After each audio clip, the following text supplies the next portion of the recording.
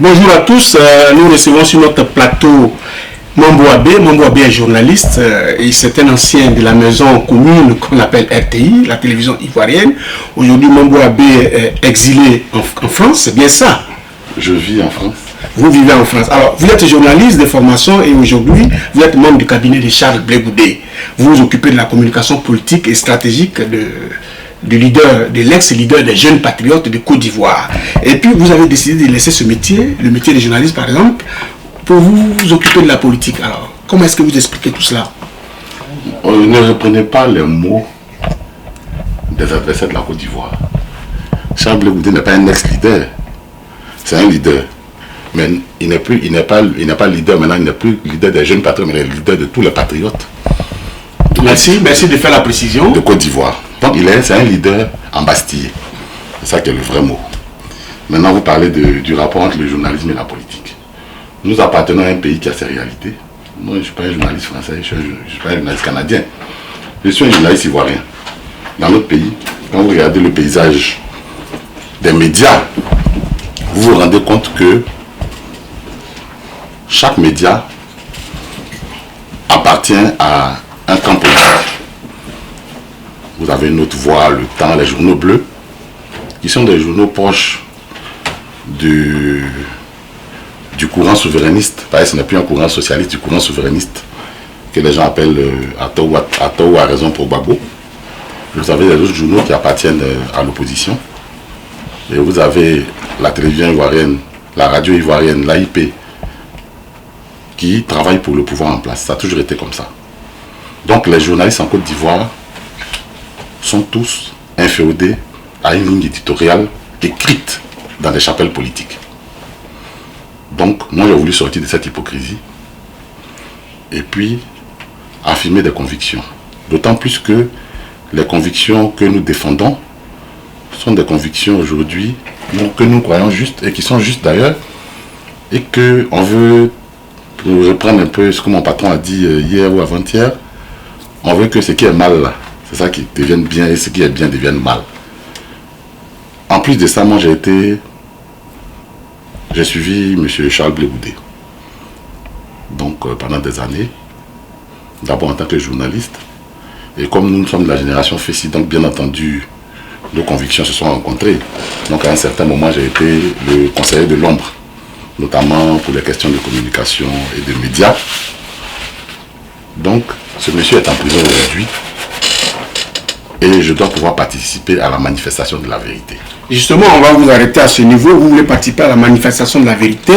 Vous êtes donc membre du cabinet de Charles Blé Goudé. Comme je le disais tantôt, vous vous occupez de la communication politique et de la stratégie. Hier, Charles Blé Goudé, le jeudi 2 octobre qui vient de passer hier, il était devant les écrans, mais en même temps, il était à la CPI, il a parlé.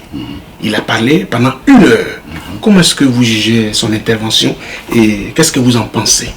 Parce que certains ont dit qu'il se croyait à un meeting à la place CP1 de Yopougon. Il était plus dans le meeting que de dire des paroles pour se sauver de la justice internationale. Quel est votre commentaire? Déjà, je pense qu'il y a une évolution. Je ne pense pas que si l'ancien président français, M. Nicolas Sarkozy, était chef d'État, on aurait permis à Charles de parler. En même temps, je me demandais est-ce que les gens sont maso. Ou est-ce que Bensouda, peut-être Mme Fatou Bensouda, peut-être qu'on lui a donné des instructions et elle a envie de montrer au monde que mais les instructions que vous m'avez données là, c'est pas faisable. Parce que le problème, c'est pas qu'il y a des gens qui sont accusés et qu'il faut juger. C'est pas ça le problème. Il faut que vous reveniez au début, à la racine du mal. Parce que c'est ça. On vous écoute. Si on ne revient pas à la racine du mal, on ne va pas comprendre ce qui se passe à la Cour pénale. Pourquoi beaucoup d'Ivoiriens, certains sont en exil, d'autres refusent de retourner dans leur pays comme nous autres. Et d'autres sont en prison. C'est simple. C'est que, au début de la crise, qu'est-ce qui s'est passé? Ce ne sont pas des vaillants guerriers qui sont venus du Burkina Faso qui ont annexé des villes. C'est pas ça. Les gens sont arrivés à Abidjan. Et l'armée nationale de Côte d'Ivoire les a chassés. Et pendant la progression, le ministre des Affaires étrangères du Sénégal, Cheikh Tidiane Gadio, est venu demander à Laurent Gbagbo un cessez-le-feu pour pouvoir ouvrir un couloir humanitaire. Et lorsque le cessez-le-feu a été accepté par les autorités ivoiriennes, alors l'armée française s'est interposée. Donc les chefs de guerre qui se voient en Abidjan, ils ne sont pas trop vaillants pour dire qu'ils sont venus et puis ils ont pris des villes. C'est pas ça. Donc déjà la partition du pays a été catalysée par l'action française militaire. Plus loin en 2004, après les différents accords, quand on s'est rendu compte que les gens étaient dans leur logique, on a décidé de faire l'opération César.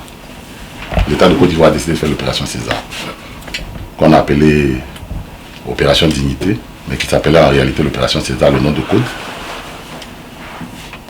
L'armée française a encore freiné la progression de l'armée nationale, alors que les militaires étaient déjà rentrés à Bouaké, les rebelles en déroute, en fuite. Après ça, dans la soirée, les forces françaises stationnées à Bouaké ont commencé à descendre avec l'objectif de venir renverser Laurent Gbagbo. Les Ivoiriens étaient dans tous les états. D'abord, ils n'étaient pas contents du fait que l'armée française ait détruit leur armement. Parce que quand même, c'est des efforts financiers que l'État de Côte d'Ivoire avait consenti pour acheter ces matériels de guerre-là. Mais en plus de ça, cette armée-là s'est comportée comme une armée d'occupation. Un peu comme les Allemands se comportaient à Paris entre 1939 et 1945. Et les Ivoiriens ont souffert, ils ont eu mal au cœur. Chacun avait envie de faire quelque chose. Donc, quand M. Charles Blé Goudé a lancé l'appel, il n'a fait que catalyser des choses qui étaient dans les gens, au-dedans des personnes. Les Ivoiriens avaient envie de... Voilà. Et on dit, c'est lui qui a amené le sentiment anti-français. Mais il dit, Augustin, transmettez-moi un sentiment ivoire. C'est pas possible. Voilà. Donc, ce sont les actions détestables de l'armée française à ce moment précis qui ont énervé les Ivoiriens. Sinon, les Ivoiriens n'ont pas de sentiments anti-français. Et Charles Blé Goudé n'a jamais... Mais après ça, qu'est-ce qui s'est passé? C'est en ce moment-là qu'il a été sanctionné par l'ONU. Parce qu'on dit qu'il est un frein au processus de réconciliation. Donc, dans la tête de la communauté internationale, depuis toujours, la réconciliation veut dire que Gbagbo n'est plus au pouvoir. Parce que c'est après novembre 2004, ayant vu que Charles Blé Goudé était un catalyseur de la population ivoirienne face à la guerre qui était en face, avec des méthodes gandhistes, c'est-à-dire les mains nues, avancer les mains nues, ce n'était pas bon. Donc, ils ont choisi de le sanctionner, parce qu'il était un danger pour eux. Donc, pour eux, depuis toujours, la paix veut dire que Gbagbo n'est pas au pouvoir. Et c'est la population ivoirienne qui a été sanctionnée là, pour avoir revendiqué sa souveraineté. Nous étions en 2004. En 2007, c'est Charles Blé Goudé qui a fait encore la caravane de la paix. Et c'est au cours de cette caravane qu'il a annoncé même que Bani, Charles allait être remplacé, Charles Bani allait céder sa place à Soro. Nous étions à Yamoussoukro, sur les terres de Bani même. Sur les terres du président Houphouët-Boigny aussi. Et si les Ivoiriens ont accepté la couleuvre là, c'est parce qu'ils ont été préparés psychologiquement par Charles Blé Goudé. C'est ce qui a permis à Gbagbo de poursuivre les accords de Ouaga et permettre qu'il y ait des élections. Mais malgré ça, Gbagbo a été acculé et finalement il a été bombardé. Cela veut dire quoi? Que les gens sont dans une logique. Maintenant ils sont passés à la phase 2 du plan. C'est-à-dire nous on tue. Et ceux qu'on tue là, c'est eux-mêmes qui payent pour leur propre mort. C'est ça, c'est dans ça on est. Parce que le procès là, il n'y a pas de mobile.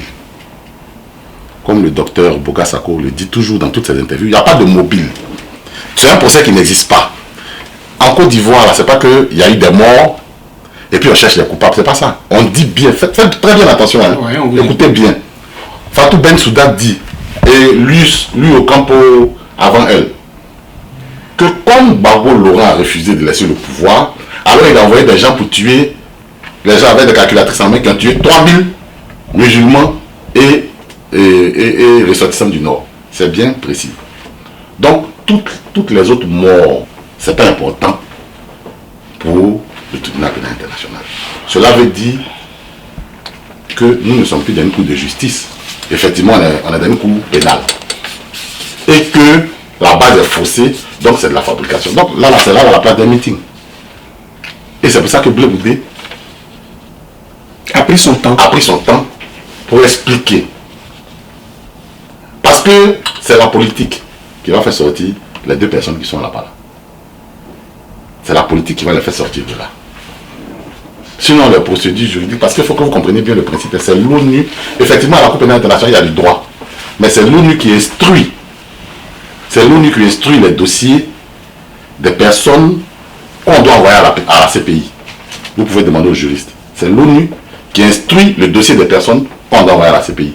Donc je considère que à partir du moment où, et moi-même j'ai été témoin oculaire, puis c'est moi qui ai fait ce reportage, où les forces onusiennes ont combattu à côté de d'autres forces internationales contre l'armée nationale de Côte d'Ivoire, je considère que Charles Blé Goudé et Laurent Gbagbo sont des prisonniers de guerre de l'Organisation des Nations Unies, qui a phagocyté la création de la Cour pénale internationale.